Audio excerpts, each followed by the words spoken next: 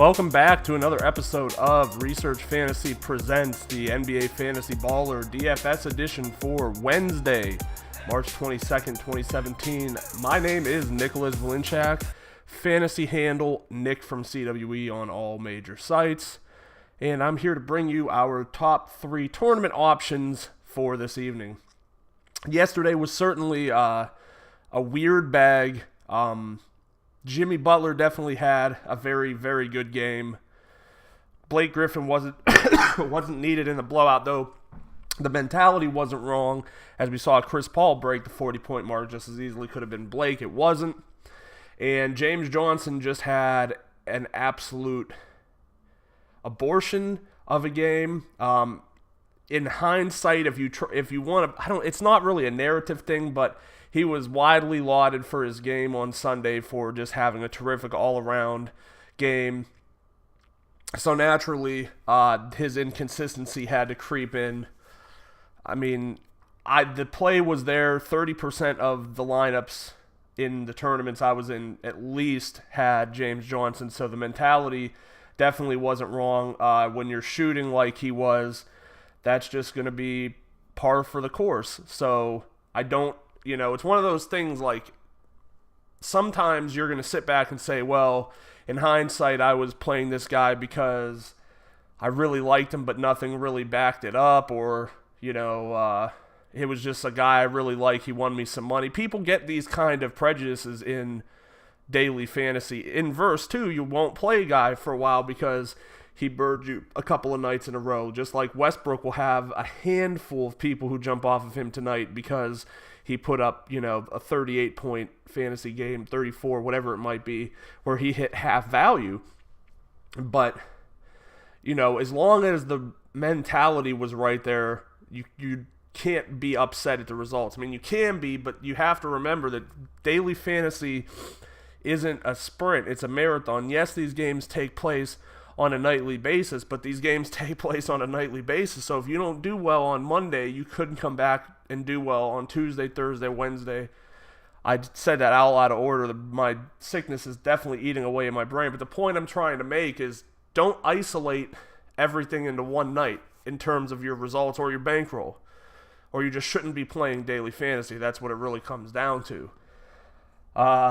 Let's take a look here and see what our module spits out as some players that it likes for this evening. We've got Victor Oladipo, Jay Crowder, Nicholas Batum, LeBron James, Kyrie Irving, Tobias Harris, Chris Middleton, Russell Westbrook, Wilson Chandler if he plays, Jimmy Butler, Kristaps Porzingis, Gordon Hayward, Avery Bradley, Giannis Antetokounmpo. And I'll tell you what, I told you last night I wasn't going to play Giannis, and I didn't.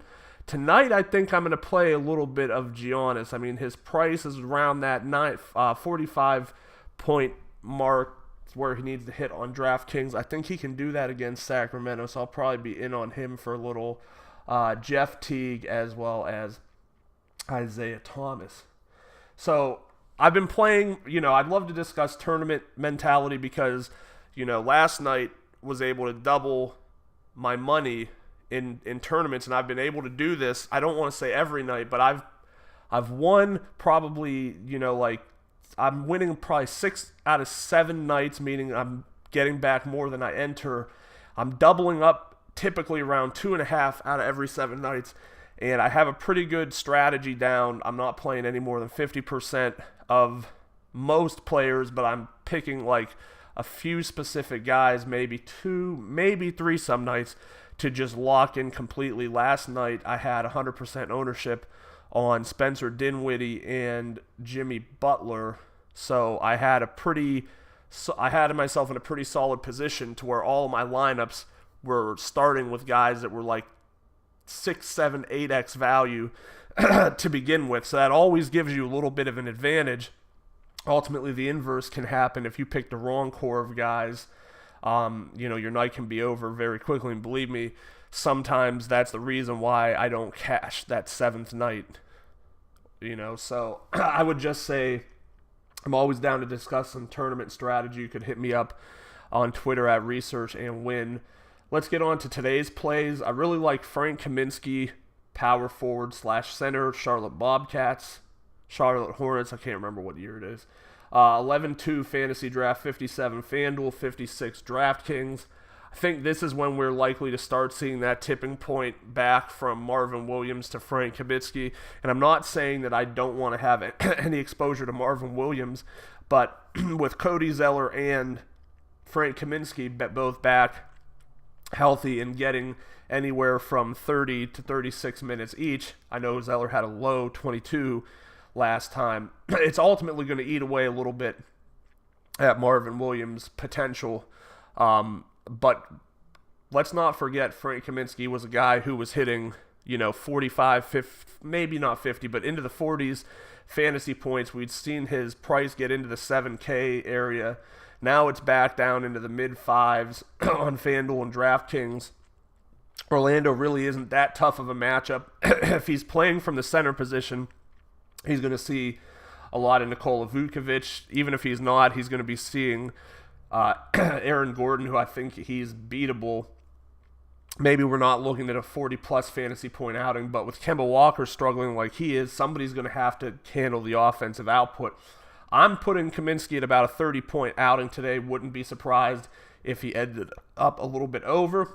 Moving on from there, I see Rajon Rondo as a guy that I love tonight, and it has me extremely concerned because Rondo is the type of player who does well and then just completely falls off out of nowhere. And I feel like every time I say that, I do jinx him. Nothing special about Detroit. He's a player who's really matchup proof as long as his mind is into it. Last night showed you what the upside is. I'm not betting on that whatsoever. I think that's a foolish bet to try to take. What I do think is that he's fully capable of hitting another 30-point game tonight, which at his price at 57 on DraftKings, 54 on FanDuel, well within what you want to have from someone of his price range. You have to figure with Dwayne Wade off the floor, Wade was actually seeing the highest usage on this Bulls team. Also, the team's likely to be without Robin Lopez tonight, who threw fists with Serge Ibaka. So all things considered, I think Rondo should be a pretty good play at his price. But my favorite play of the game, without question, favorite play of the night, rather, without question, is, I want to say Kyrie Irving here. I'm not going to lie. I really, really like the spot for Kyrie Irving. I think his price is high on FanDuel, decent on DraftKings, decent on Fantasy Draft, to where I think some people might look the other way. Some people might even be worried that the Cavs will try to rest starters again. I'm not afraid. I'll have him a lot, but I really, really like Al Horford. Horford is 12-3 on Fantasy Draft, 67 FanDuel, 66 DraftKings. Catching fire again with or without Isaiah Thomas. Miles Turner, improving player.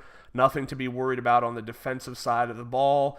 Blocked shots do not equate a great defensive player. You could block 10 shots. If you let 12 more go in, what is that really saying about you?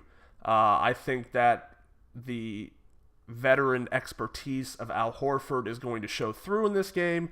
I think he's always a triple-double threat, especially since Isaiah is more of a shoot-first point guard at this stage in the game.